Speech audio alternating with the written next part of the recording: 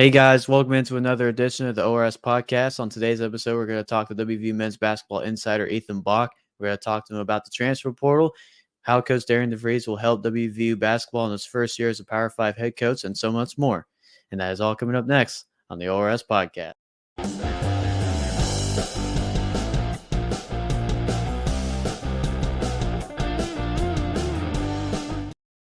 And we welcome you into another edition of the ORS podcast, unleashing the hoop hype of high school and college basketball across the Mountain State and beyond.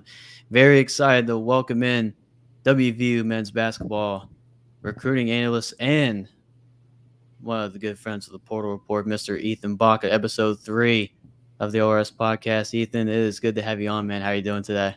I'm good, Ollie. That was an A+ introduction. You nailed that. But yeah, I appreciate you having me on. Hey, appreciate you being here, man. That's just really awesome just to have you on here, especially during the busy off season through the transfer portal. And that was the first thing I wanted to ask you, just for those of you who don't know what happens in the transfer portal and how you try to contact players, just kind of go through like how does that happen? Like what do you do? Like other than contacting players once they're in the portal, like what goes on throughout that whole process? Yeah, I think the transfer portal is basically an easier way of recruiting than the traditional high school scene. High school recruiting can take multiple years, but the transfer portal recruiting at most takes a month, 2 months maybe for a player. But on an average, I would say it's pretty quick. It's probably 2-3 weeks. So once a player enters the portal through compliance, then their name enters the NCAA database where coaches have logins, and they can see pretty much anybody that's entered the portal, and then staffs go from there. They contact players through connections, whether they played in the league with the kid, AAU coaches. There's many ways for these coaches to get phone numbers and emails. So I go from there, and I would say like the goal is obviously to get them on campus for a visit. That's a really big step in the transfer portal process, especially when if you're a Power 5 school and you're going up against the Blue Bloods. You need to get kids on campus when you're competing against them. So that's definitely the goal when you're contacting these transfer portal recruits. And then I just think it's overall it's just a modified version of high school recruiting, but it just goes way quicker than traditional high school recruiting. Oh yeah, I mean, transfer portal has definitely been helping out in a lot of ways, not only for the Power Fives, Blue Bloods, whatever you name it, but also for the mid majors too. And I've been seeing it through the Akron, the Akron Mountaineers there, a little help there with the Akron with the Josiah Harris and Seth Wilson, who are Power 5 players, and also with Kobe Johnson heading over to St. Louis. I mean, the portal gives a lot of Power 5, former Power 5 players an opportunity just to show what they can do. Yeah, I think the transfer portal kind of gets a bad image for multiple reasons, and we can debate if that's right or wrong. I think NIL, obviously, the mixture of the portal with NIL has given the portal just a bad image, I think, overall with the average fan. But it definitely does help. If you're a Power 5 player, you're not getting minutes. The transfer portal is there for you to transfer down, either go home or try to get more minutes in a mid-major league. And then you can just transfer again. You can transfer as many times as you want. So, for an example, Josiah Harris at Akron, he's going closer to home, and then he's going to get more minutes on a MAC team.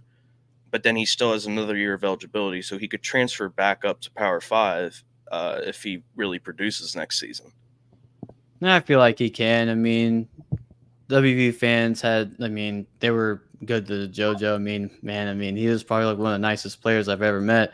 And not only that, not only did he get a bachelor's degree, but did he get his master's? He got his master's degree. He got his master's. And he was only a sophomore.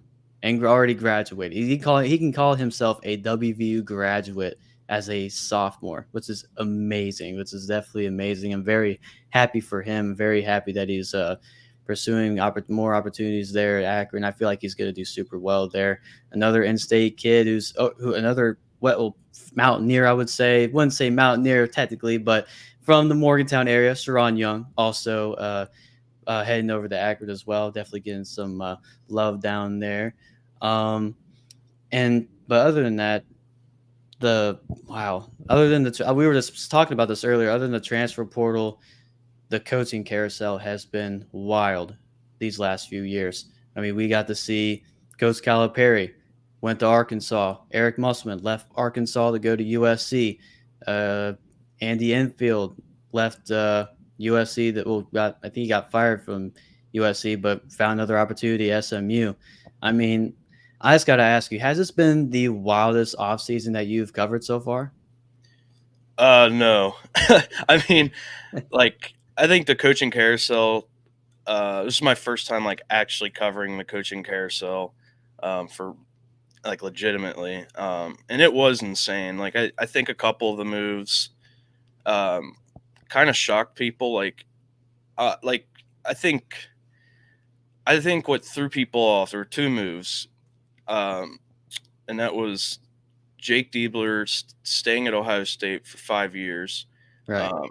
I mean, he was well known as one of the top assistants in the country, Mm-hmm. and he coached his ass off that last month and a half after Chris Holtman was fired. But I don't know if I don't think everybody expected OSU to keep Diebler just after about 8, 9 games. So I think that threw a lot of people off. And I think there were teams just lost, like Michigan and Louisville.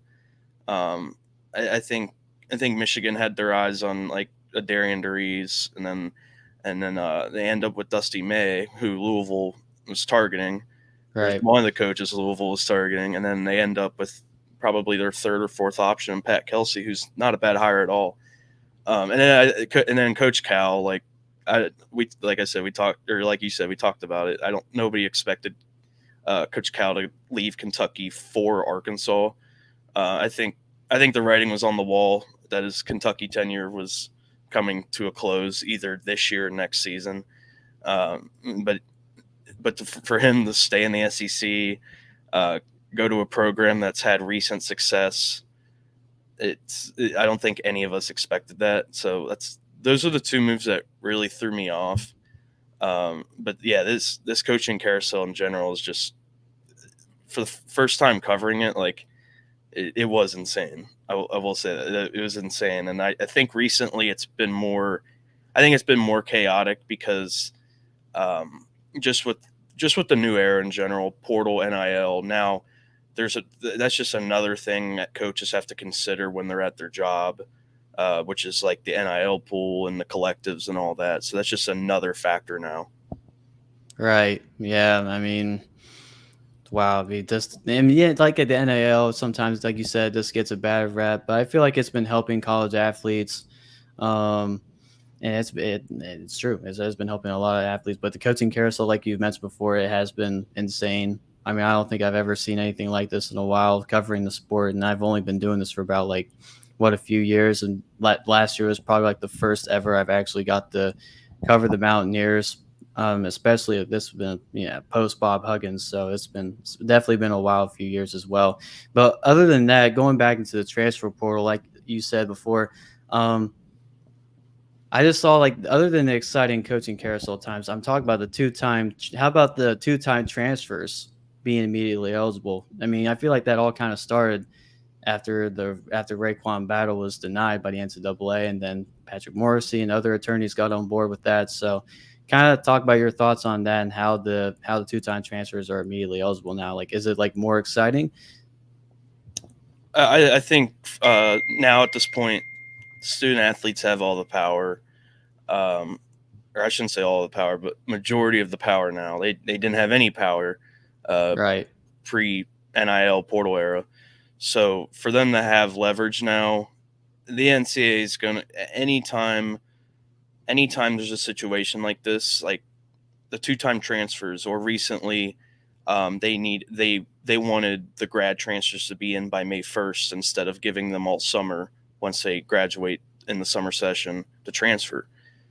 Just situations like this, it's going to end up in a court case every time, just based off of the violating the antitrust law of that they're preventing these kids from making their NIL money by not letting them transfer. So yeah, I think Raekwon Battle's case with a couple other student athletes, Jameel Reynolds from UC, there was a Miami, Ohio football player in there as well. Jarrett Hensley from Southern Illinois.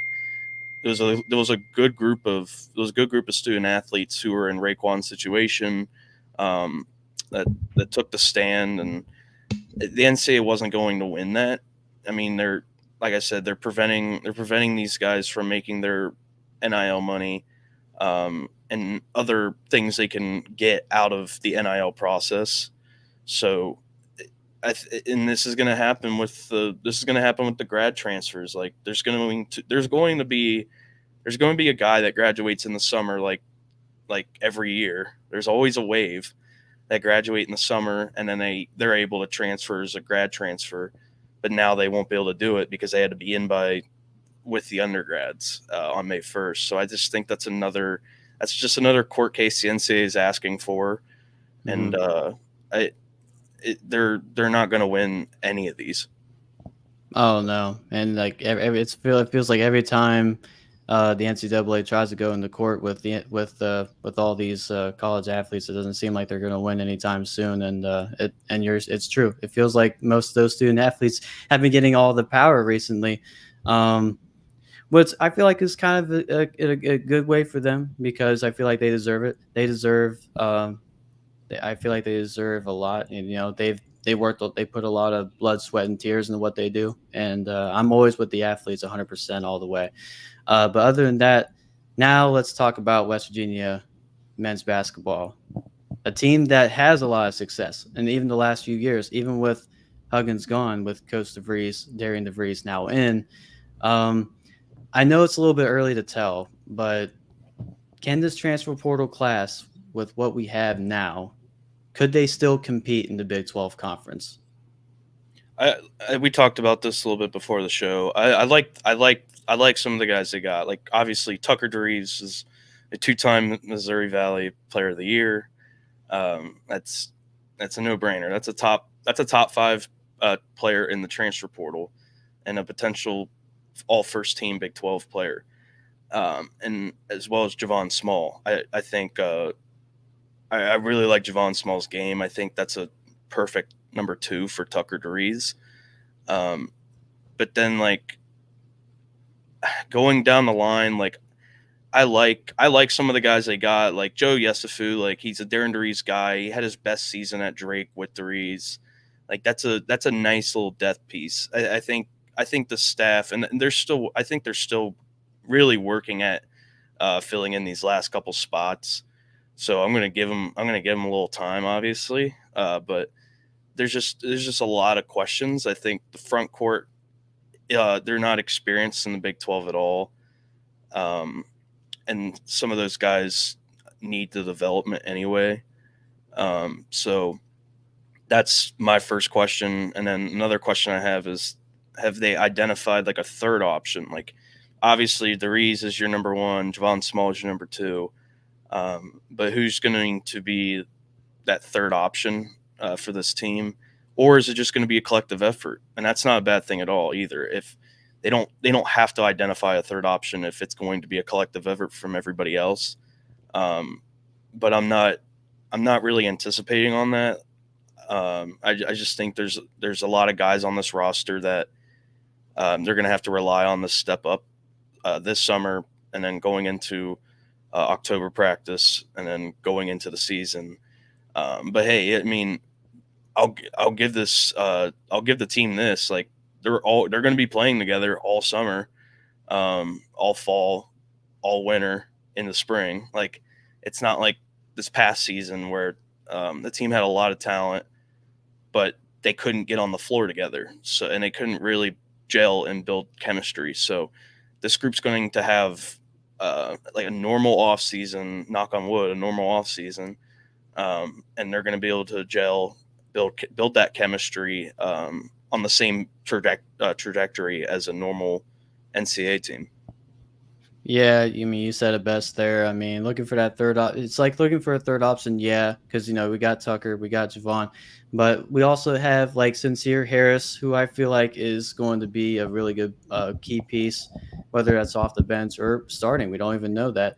And then we got AJ Hansberry, like both those guys coming in from Illinois. Toby Okani, a lot of people have been telling me he plays more of like a Gabe Osaboyan type of role, that but what's WVU, I feel like they desperately needed someone like that because man, Gabe Osaboyan was such a great player, and having someone that plays a little bit similar like that would be amazing right now for West Virginia, who's hopefully trying to get because Coach DeVries, not only does he coach offense, but he's also a really good defensive coach as well. So I feel like he'll develop these guys. I feel like it'll take some time, of course. I mean, it's going to be the first year. I mean, the first year is always going to be one of the hardest, but I do believe that he will be able to produce these guys to a high level, and I feel like they can compete in the Big 12. I like the long term ads they have. Like obviously retaining Ofri Neve, like he has 3 years. Jonathan Powell and KJ Tenner have 4 years. Sincere Harris and AJ Hansberry have 3 years as well. So like I really like that. I really like the long term build of trying to at least get back to the traditional way of college basketball.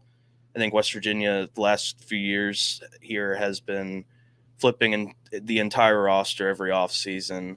And that's not a West Virginia problem. Like it happens at other schools as well. And then WVU's been they went through World War III last year, last offseason with just the whole Bob Huggins debacle. So it's not entirely their fault. I just think the program needed to get back to building a base, and being able to retain guys that have 3-4 years.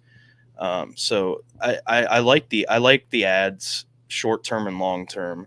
I just have many question marks, and um, it's it's just like the Big 12 is just a different animal. Like Right? Yeah.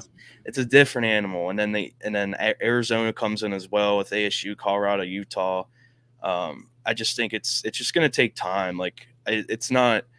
Maybe I'm wrong, and they don't even really have to adjust the Big 12 play. But I feel like it's going to take. I feel like it's going to take a year for them, for the program, or for the program under DeReese to really figure out Big 12 basketball, figure out what style fits best, offensively, defensively, what kind of ads they need, what kind of player builds they need. Um, I don't think it will be an overnight process, but I could be wrong. Right, but be short term, long term, and I mean, short term wise, I mean, yeah, it's gonna take time. I feel like long term, I do I do believe in Coach Darian DeVries. I mean, obviously, he's a proven winner. He's, I mean, he's been under a good coaching tree, and with Greg McDermott from Creighton, and then with Dana Altman, who is now the head coach at Oregon. Um, I just wanted to ask you. I think I've already went through this with you, but how confident are you with this new coach and this new coaching staff? Because not only is it him, but he brought in his assistant from Drake, and Nick Norton also brought in associate head coach Chester Fraser from Illinois, and Corey Barnett from Nevada. And I think we still have and Nelson Hernandez, who was from Oklahoma State, who also had that who was all takes that more of like that GM role. And I think Norton is also that guy that's more of the kind of like the play, like Jordan, like taking the Jordan McCabe role, you would say. But Hmm. and then I think we still have one more assistant coach to fill. I don't know when. I know they're going to take their time on that. But how confident are you, not only with Coach DeVries, but this entire coaching staff as a whole? Yeah, I think the moment that DeReese's name really picked up in the carousel, um, that's a name that, or that's a just his tenure at Drake is it's been fun to watch. Like I'm not I mean I'm a pretty average Missouri Valley basketball watcher, but Like I have watched Drake in the past, and they just win. They just find a way, and that's just the type of coach like West Virginia needs. So I mean, like you said, he's a winner. He hasn't had a season under 20 wins. Like Mm. he's had 20 wins every single season at Drake for 6 years.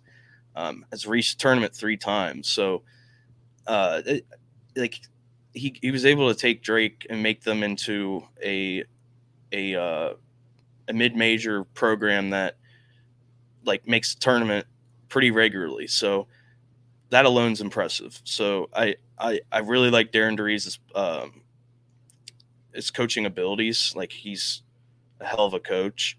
And then like we talked about earlier, like he can coach offense, but uh, his defense last season was pretty good for Drake. So I'm confident on Coach DeRees and just the vision of just the program long term building. This is what West Virginia has needed. They needed somebody to just just turn the page from the Bob Huggins era, just move on, and Darren DeRees is going to be a quality fit to see if he can actually build this program long term. Um, and then Chester Frazier's like I think that's everybody's favorite assistant ad this offseason. Just his connections with the DMV area. He's a former player at Illinois. I mean, he's been under Bruce Weber, Brad Underwood, um, Mike Young as well. So he has a lot of experience.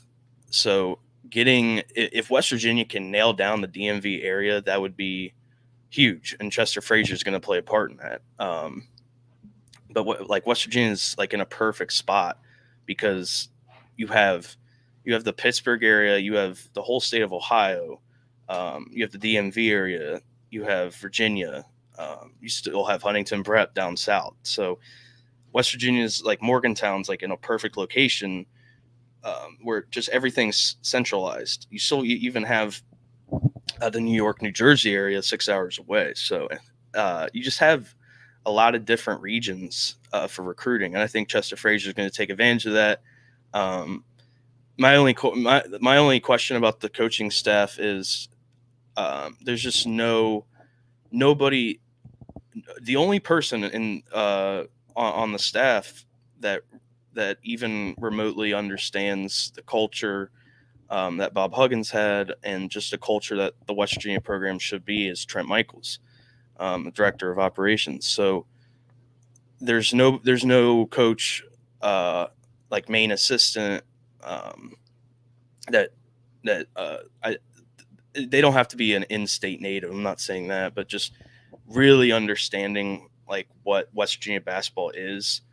They haven't actually lived it, but that's that's what I said earlier. I think it was perfect for this staff to take over from that Bob Huggins era, and then heck, they can build their own mark and culture on the West Virginia program. So it's a double edged sword, just in my mind. Oh yeah, I mean, shout out Trent Michaels. I mean, that's the only coach that they've retained from that staff from last season. Glad that he's still with the Mountaineer faithful. Um, but yeah, you're right. I mean, the coaching staff.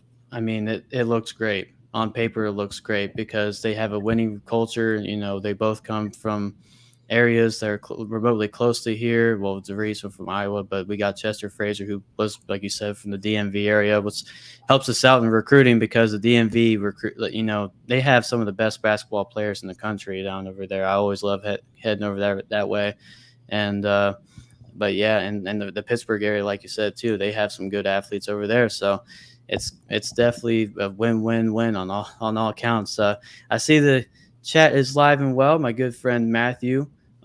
Speaking of a third option, he said if I had to guess on a third option, I'd say it's going to be Jaden, but that's just me guessing.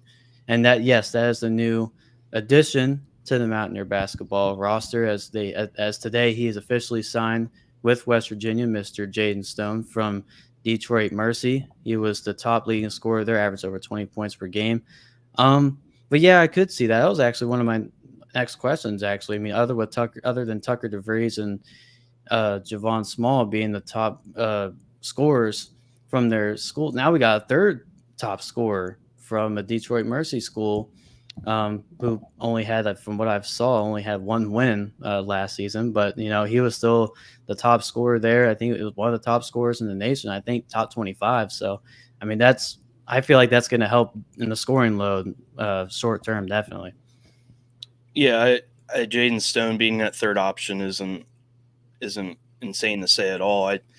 I think before him I was thinking Toby O'Connie, but now Stone uh, makes his he's definitely gonna have his opportunity. I think I don't know if exactly if he's gonna start, but I could definitely see him getting starter like minutes for sure. But to me it's hard to judge. Yeah, he scored 20 points. He's a bucket getter. Like he can ski. Anybody that can score 20 points a game in college basketball, Division One, you can get like you can score. Like my only question is like he was like you said, Detroit Mercy was 1-31. Like how can his to me it's like my question isn't can he score in the Big 12?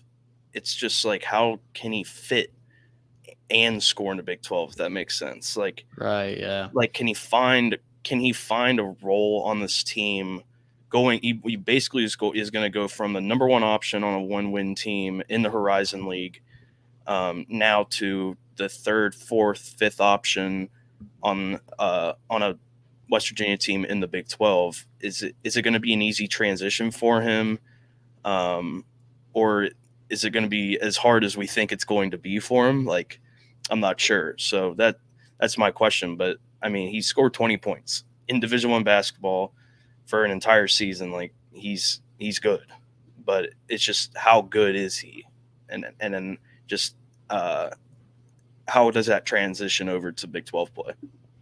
Oh yeah, for sure. But I feel like he'll be able to adjust. I mean, he's definitely had I think he had like a couple of 30-point games. I think his career high was like 36.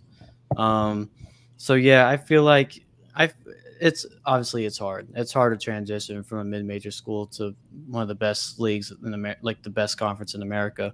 I feel like he'll be able to adjust, but I feel like it will just take time. But the question is how much time? Because I just don't know. Because I have faith that he's a really good scorer. Obviously, someone who can score as much as he can like that. I mean, obviously he can ball out, but with those other scorers like Javon and Tucker, I mean, how will he be able to transition from that? Hmm. Yeah, I mean they needed a player like him. Like I think the coaching staff filled in one of the roles they were missing, and that's just like a combo guard, 6'4", 6'5" kind of guy that can just go and get a bucket. I think they were missing that. Like obviously, Javon Small is going to be getting buckets, but he's also going to have to play the point guard role. I just think off the ball they needed another scorer, and now they have one. So definitely a solid ad. I just have my only question is just his transition to the Big 12. Yeah, I mean, I feel like he'll transition to it, but I still feel like it's just gonna take time. But speaking of transfer portal additions, another comment from Matthew saying Duncan Powell might be next. I mean, I don't know for sure. I mean, he's definitely had a list of schools, but I feel like, but West Virginia, I think as of right now, I think is his only visit, right? Yeah, yep. That's a good that's a starting sign at As a least. starting sign, yeah. But Starting sign. I mean, I feel pretty confident we could land him. But obviously, what was his stats? I forgot what his stats was, but did he play last season at Sacramento State? I knew he averaged over 12 points. I think his rebound percentage was like what 5, 6 rebounds per game, Yeah, over 5. over 5 rebounds. Yeah, hopefully we get him. But if we don't, I mean that's fine. I just have a feel because I think we only have like what 2 more spots left now. Now that Stone is in, now we only got 2 guys. Yep. All right. All right. So we got that down. I have a feeling that Duncan Powell, hopefully this visit goes well. He's supposed to be in Morgantown tonight, maybe tomorrow. I'm not entirely sure. Um, but last question. last question that I have, I don't even have it written down. I have to ask you, what's the best conference? Well, who's the best conference? Is it the Big 12, Big East? I have a feeling that obviously I'm going to be biased and say it's the Big 12 because of West Virginia, but your thoughts?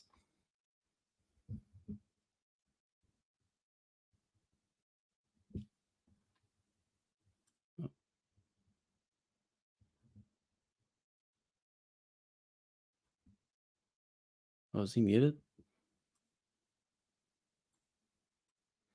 Oh, Ethan, your mic's muted. Oh, there you go. I think it's starting to work now. Hmm. We have some technical difficulties here. Something wrong with his mic.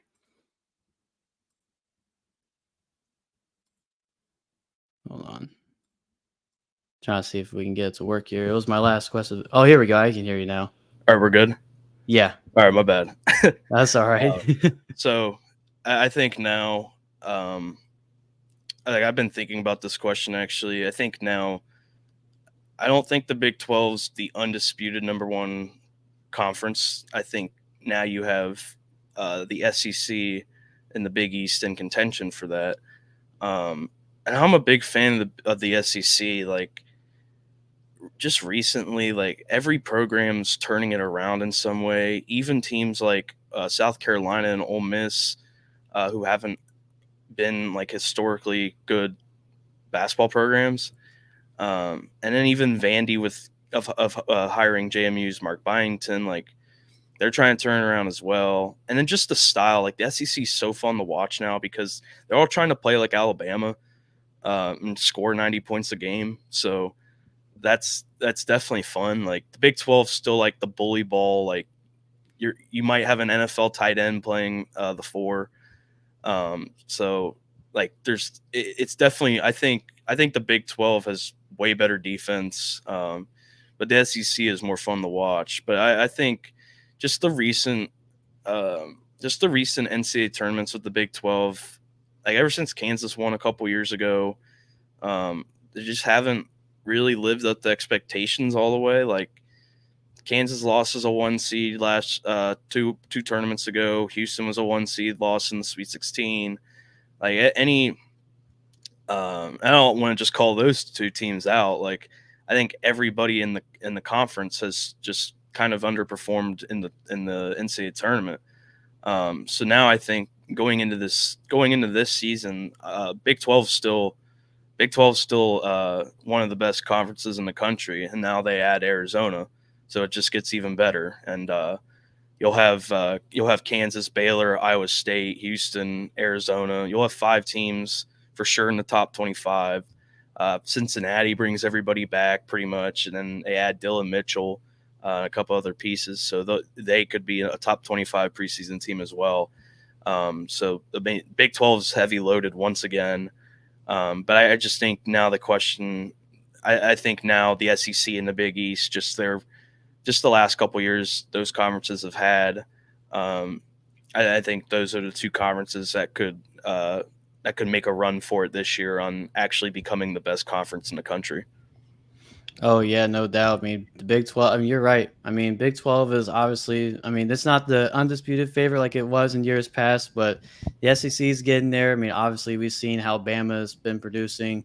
We also have, Arkansas now that Coach Calipari's brought some of his guys in from Kentucky, Kentucky as well. Mark Pope, which everyone kind of like questioned what he was going to do since he wasn't even the first choice at Kentucky. I think the first choice was Billy Donovan, and then they had Scott Drew, with Scott Drew ended up staying at Baylor. Um, and then they had Mark Pope from BYU come in, and he's brought in another WVU transfer, another WVU transfer heading into Kentucky. At first, it was I think it was Oscar Shibwe, and then it was Trey Mitchell, and now we can add Kirk Kriisa to that list, joining the Wildcats and the SEC. And the good luck to Kirk Kriisa. I know he's going to do well there for the Wildcats there, and and Vanderbilt, hopefully they'll turn their program around with Mark Byington from James Madison. They got AJ Hogarth, the transfer from Michigan State. and other key pieces there. I think they got a former McDonald's All-American to join Vanderbilt and Kajani Wright from USC. So yeah, I mean, SEC is getting there, and of course, you got the defending national champions in UConn, the two-time national champions from the Big East. And then you got St. John's reloading. You got Rick. Obviously, you had the godfather of basketball, Rick Pitino, coaching those guys and getting all those guys to come in the Queen. So, I mean, it's hard. You know, I would say it would be Big 12 number one, SEC be like a close second. I would say just a tiny bit. It's a little close second there, and then I would put the Big East at 3. So that's kind of my top 3 there. Yeah, I think I agree with you.